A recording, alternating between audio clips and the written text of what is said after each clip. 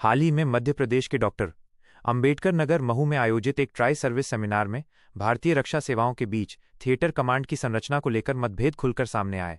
भारतीय वायुसेना के प्रमुख air chief marshal AP Singh ने इस प्रक्रिया में जल्दबाजी के खिलाफ चेतावनी दी और चीफ ऑफ स्टाफ कमेटी के तहत एक संयुक्त योजना और समन्वय केंद्र स्थापित करने का प्रस्ताव रखा।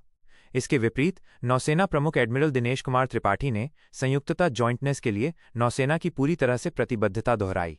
इन मतभेदों के बावजूद chief of defence staff CDS general Anil Chauhan ने आश्वस्त किया कि सभी सेवाओं के बीच के मुद्दों को हल किया जाएगा। थिएटर कमांड की अवधारणा और औचित्य। थिएटर कमांड का उद्देश्य तीनों सेनाओं को एक ही कमांड के तहत लाना है।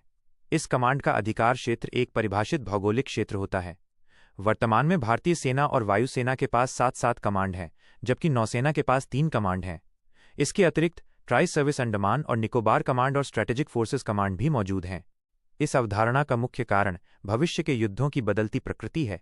आने वाले युद्ध केवल जमीन, समुद्र या वायु तक सीमित नहीं रहेंगे, बल्कि इनमें साइबर, अंतरिक्ष और ड्रोन जैसे नए आयाम भी शामिल होंगे।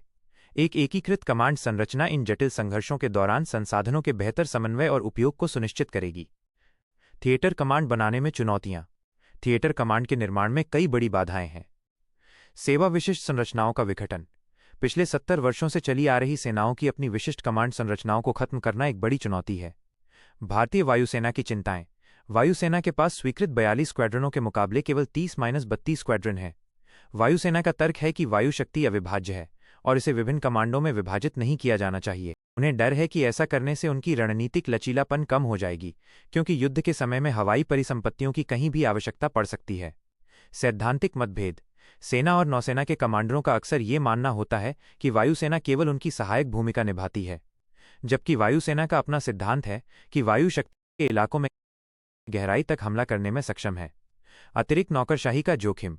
कुछ आलोचकों का मानना है कि इससे निर्णय लेने की प्रक्रिया और भी लंबी हो सकती है। विदेशी मॉडल की नकल। वायुसेना प्रमुख ने इस बात पर जोर दिया कि भारत को अमेरिकी या चीनी मॉडल की आंख बंद करके नकल करने के बजाय अपनी विशिष्ट आवश्यकताओं के अनुसार अपनी कमांड संरचना का निर्माण कर। वैश्विक उदाहरण। अमेरिका।